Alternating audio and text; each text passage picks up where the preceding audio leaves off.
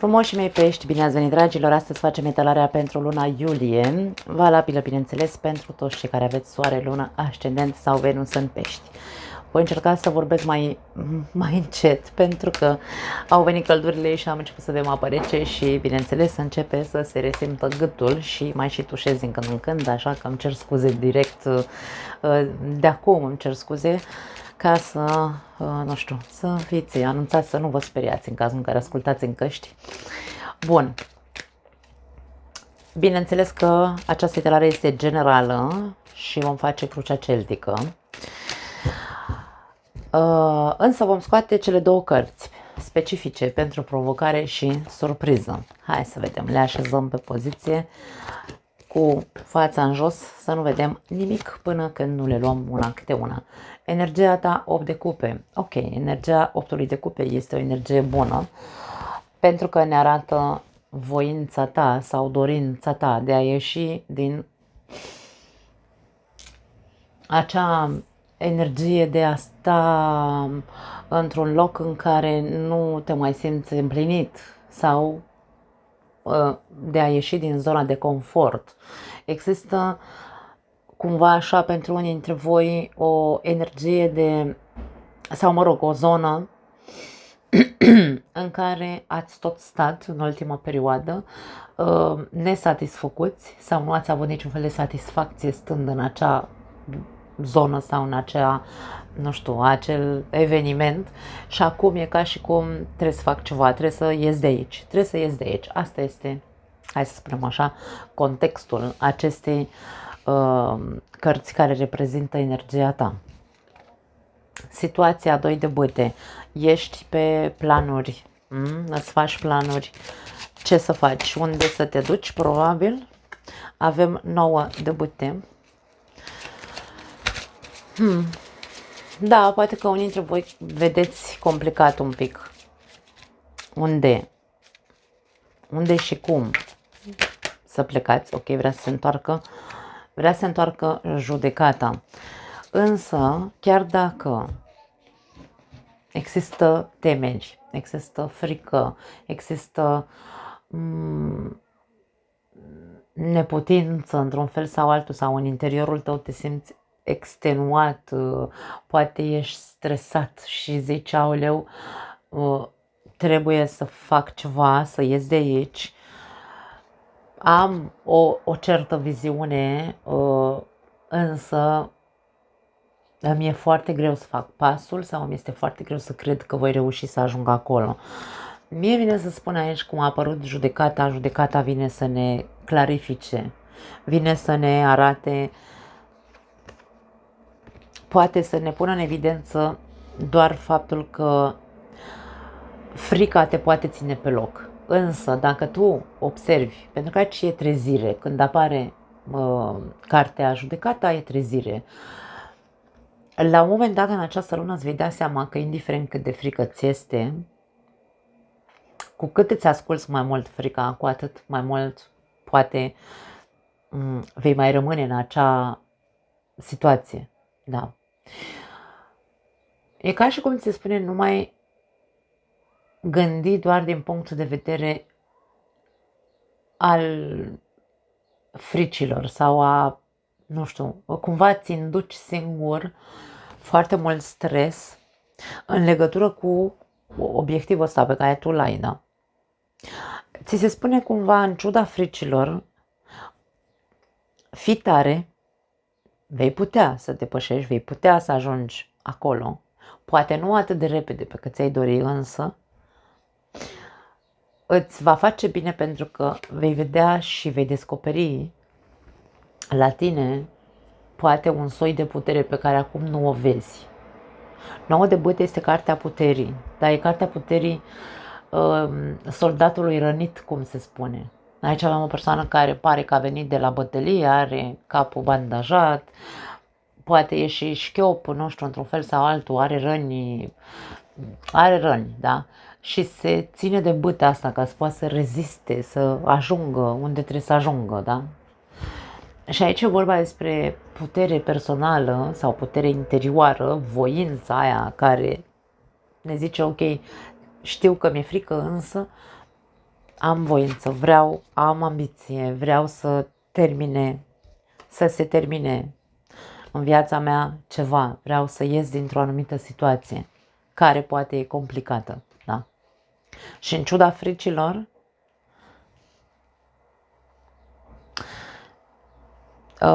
probabil că veți acționa, unii dintre voi probabil, da? Și veți vedea, după ce veți ieși din această situație, veți vedea cât de multă putere veți simți după aia, mult mai multă putere și mult mai puține frici. Da? Frica nu o să dispare niciodată din noi, însă frica ne face în același timp să acționăm. Dacă nu am avea frică, nu am luat-o la fugă când simțim un pericol. Așadar, are logică, nu? În mintea ta, Rege de Spade. Pare că mintea ta este foarte clară.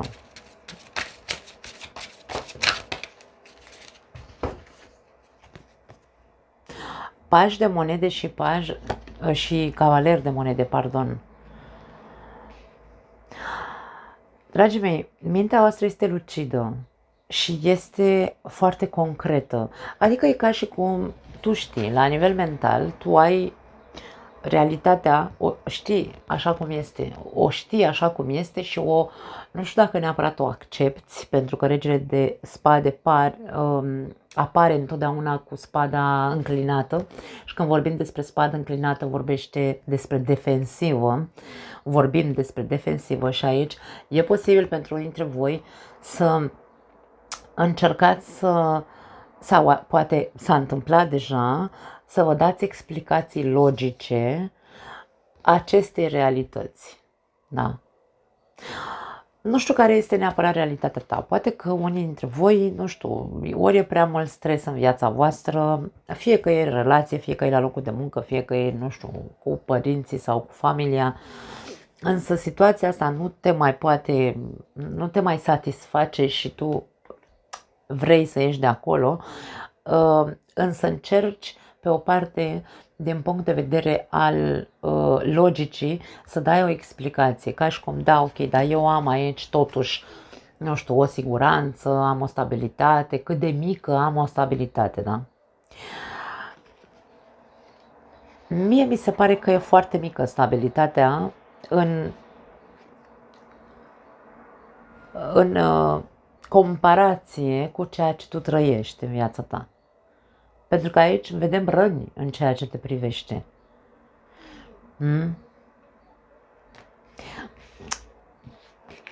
Ce-ar fi să deschizi ochii și mai mult?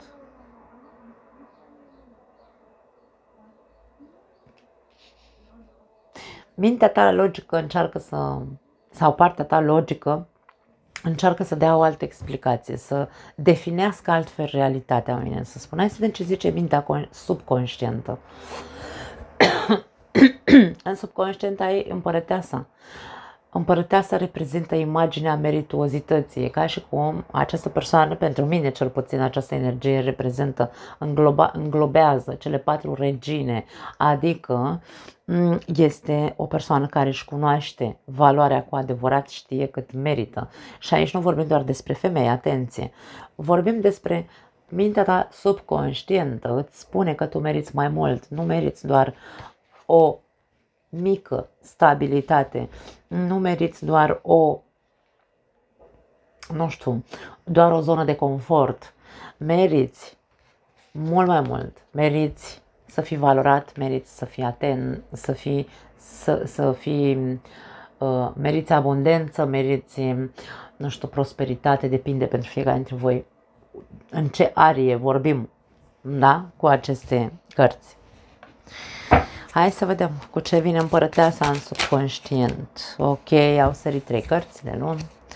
Puterea, cavaler de spade și as de cupe.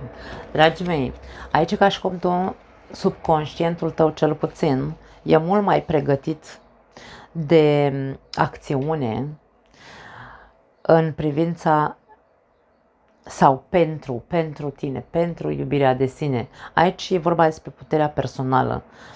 În subconștient tu știi că trebuie să lupți pentru a-ți recupera puterea ta personală, E ca și cum aici, în numele iubirii, luptă în numele iubirii față de mine, respectul de sine. De ce nu ți aplici asta și în viața reală, în mintea conștientă? Pare că teoria o știi foarte bine, însă când vorbim despre practică, alegi alegi calea cea mai ușoară, îmi vine să spun.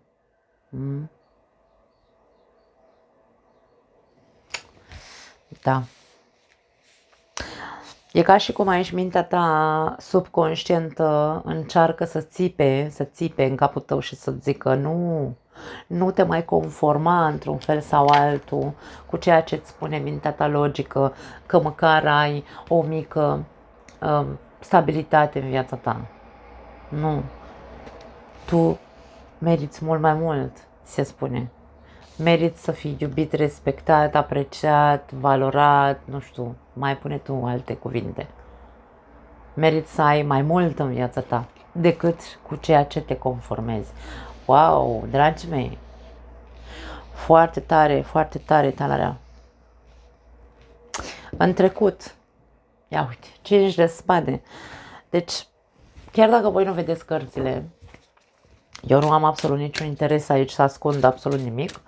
Eu îmi pun camera în față pentru că, să mă vedeți pe mine cât sunt de frumoasă, de formoasă.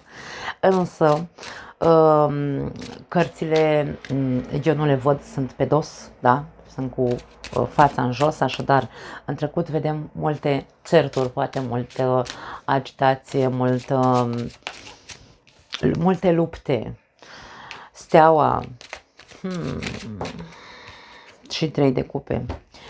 E ca și cum tu ai avut parte de foarte multe bătălii de-a lungul vieții, indiferent că vorbim aici despre certuri, nu știu, anturaje proaste, proaste, nepotrivite, să zicem așa, lupte interioare, certuri în relațiile tale și cu prietenii și cu partenerul de viață, o viață, să spunem așa, sau ultima perioadă, ultimii ani, poate că au fost plini de numai de, nu știu dacă rău, ci acea, nu știu, parcă nu se termina, domne, ieșai dintr-una, dădeai în alta, da? Și aici ca și cum tu întotdeauna ai încercat să rămâi, nu neapărat să ierți, da? Ci să ai încercat întotdeauna să te agăți de o luminiță, să găsești putere, să găsești inspirație, unde o fi că ai găsit o inspirație, să accepti, să treci peste, să nu-ți pierzi speranța, să dai oportunitate și așa mai departe. Mie vine să spun că a fost un soi de, din nou, o alegere ușoară, ca și cum ai încercat să fii tot timpul optimist, în ciuda faptului că nu era ok mare lucru în viața ta, tot timpul ai încercat să fii optimist. Lasă că o să fie bine, lasă, nu știu, îmi vine așa fraza asta, lasă că o să fie bine. Sau lasă că o să ies eu din asta, sau lasă că, dar nu s-au făcut alte eforturi, da? Tu n-ai luptat să ieși de acolo. Te-ai lăsat pur și simplu așa cu lasă. Și de aia poate că aici repercursiunile sau repercusiunile, nu știu cum se spune corect, sunt acestea de a te lăsa încă influențat de mintea ta conștientă, ca și cum, lasă, domne, că totuși am aici o mică zonă sigură, da? Pe când tu, de fapt, meriți mult mai mult. Și nu lupți pentru a câștiga ceea ce tu meriți, de fapt. E ca și cum tu nu te pui, încă nu te prioritizezi, încă nu te pui pe tine, pe primul plan. Nu. Doar te conformezi și asta nu e ok. Nu suntem pe acest pământ ca să ne conformăm, zic. În viitor, următoarele 3 luni de zile, Cavaler de cupe. Hai să vedem ce e cu el, cu ce vine. 4 de spade și As de spade. Cavalerul de cupe poate fi intuiția ta, da, care îți spune ia-ți o pauză și clarifică-ți gândurile. Tu ai nevoie să vezi cu adevărat realitatea așa cum este, fără să-i mai pui nicio scuză, fără să mai spui, da, ok, lasă că totuși am ceva sigur. Da? Deci aici vorba e, ok, ia-ți o pauză pentru, nu știu, câteva zile în care tu să stai singur cu tine, cu gândurile tale, cu ceea ce tu trăiești, cu realitatea care este, ca să poți să ajungi aici la o concluzie și să începi să, nu știu, într-un fel sau altul să găsești soluții mai bune pentru tine. Pentru alții trebuie putem să vorbim aici despre o invitație pe care o puteți primi în următoarea perioadă. Nu știu dacă este vorba despre invitație neapărat din punct de vedere amoros, poate fi o ofertă, e un soi de ofertă, nu știu ce să zic, poate fi amoroasă, poate fi pentru un job, nu știu, habar n-am, nu contează. Această ofertă poate să te ajute să rezolvi sau poate fi soluția ca tu să ieși din această situație care te consumă. Poate fi pentru unii dintre voi. Provocarea. Roata norocului, ești provocat să faci schimbări sau ești provocat să ieși din roată, să nu mai repeți. Ești provocat să... Nu știu dacă să mergi în contra curentului sau, nu știu... Ești provocat să faci schimbări, nu pot să zic altceva. Asta, uite, avem 3 ași deja. Avem 3 ași deja. Am mai fost o zodie la care a ieșit 3 ași. Nu știu dacă la Scorpion, nu știu dacă aveți de-a face cu un Scorpion sau dacă voi aveți planete în Scorpion. Și avem 7 de bâte. Dragii mei, sunteți provocați să faceți schimbările necesare care să vă ajute să ajungeți la a spune, ok, vreau să o iau cumva de la zero. Asul de bâte reprezintă orice as, înseamnă un nou început. Însă aici este un nou început, o nouă viață, pentru că bâta înseamnă vitalitate.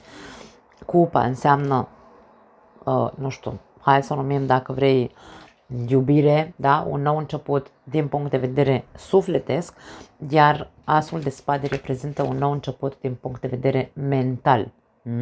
O nouă mentalitate, de ce nu? Și aici vorbim despre o nouă viață, o nouă etapă a vieții tale. Trebuie, cumva ești provocat să faci schimbări într-atât încât să începi o nouă viață, în ciuda faptului că poate acum vezi piedici, în ciuda faptului că încă mai ai de dărmat multe bariere în interiorul tău, multe, hai să le numim,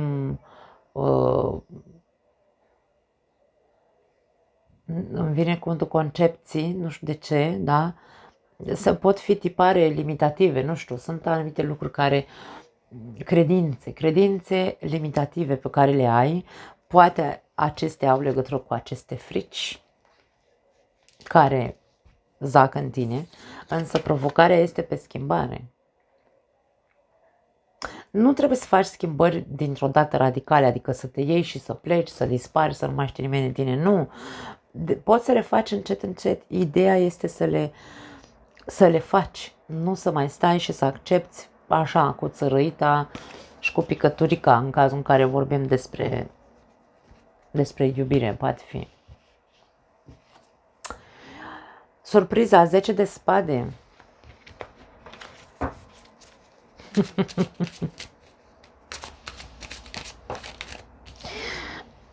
Pași de spade.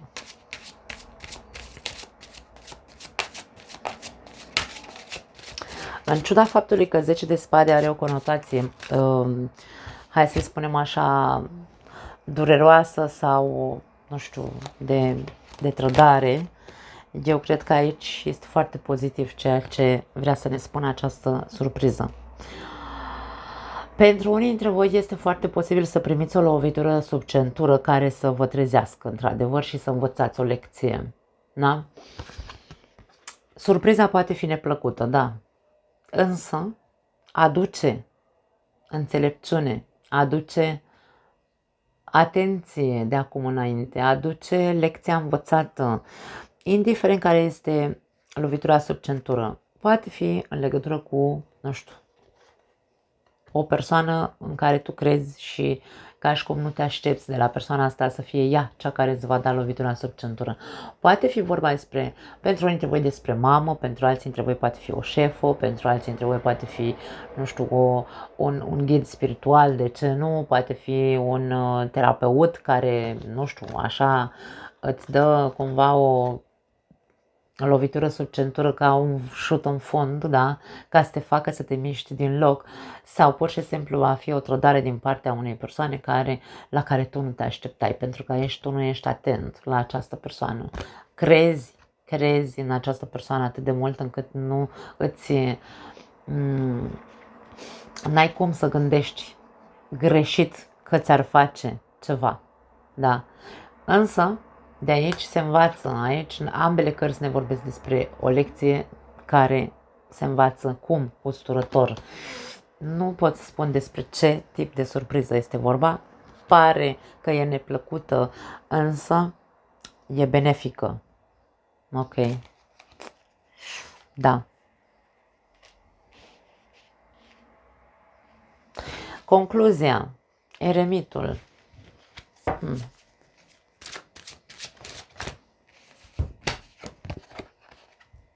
Rege de spade din nou și 10 de monede. Aș spune că concluzia vrea să ne spună că, bineînțeles, când ajungem la o concluzie, în momentul în care trecem prin ceea ce am spus până acum, da, toate cărțile te sfătuiesc într-un fel sau altul să faci ceva, să faci anumite lucruri. Dacă tu faci acest proces, de exemplu, dacă accepti acest proces, concluzia este probabil o perioadă de, nu știu dacă neapărat de izolare, ci o perioadă de introspecție, o introspecție profundă în ceea ce privește, de ce nu, explicațiile pe care tu ți le-ai dat până acum, în legătură cu, vezi, Doamne, măcar am aici o siguranță, sau poate copiii sunt în siguranță, am o certă stabilitate materială.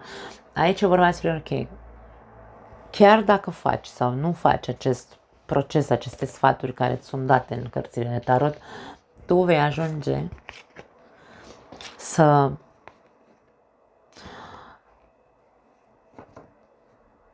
interiorizezi probabil anumite mesaje care te vor face să începi introspecția a ceea ce tu numești siguranță și a ceea ce tu protejezi într-un fel sau altul sau aperi în acel mod logic despre care vorbeam. Da. E pozitiv. Tot ce este introspecție este pozitiv, pentru că doar când facem o introspecție, doar atunci vedem cu adevărat dacă ceea ce noi credem este cu adevărat ceea ce noi ne dorim. Sau este cu adevărat real ceea ce noi credem că vedem. Da. Doar când ne așezăm să medităm, dar nu să medităm așa în zen, ci să medităm cu adevărat, într-un mod real și să zicem, ok, stai așa, am eu stabilitatea asta maximă, am eu siguranța asta, mă simt eu în siguranță în relația asta, pot construi în relația asta, deci toate sunt întrebări, sau sunt eu ok la jobul ăsta, sunt apreciat la locul ăsta de muncă, sunt, nu știu, simt că pot să cresc în acest job sau nu. Deci aici introspecția pentru fiecare dintre voi poate fi diferită, bineînțeles, și în ceea ce te privește. Să faci introspecție în de ce protejez puținul pe care l-am, de ce mă leg de puținul pe care l-am, de ce mi-e frică să ies din zona de confort. Toate aceste întrebări sunt procese interioare, da? Pentru că trebuie să descoperim niște răspunsuri sau trebuie să dăm peste niște răspunsuri, trebuie să ne trezim, da? Într-un fel sau altul. Foarte frumoasă etalarea. Da, Nu mai am altceva, dragii mei. Interesant. Vă pupăcesc, că ne vedem data viitoare. Ciao!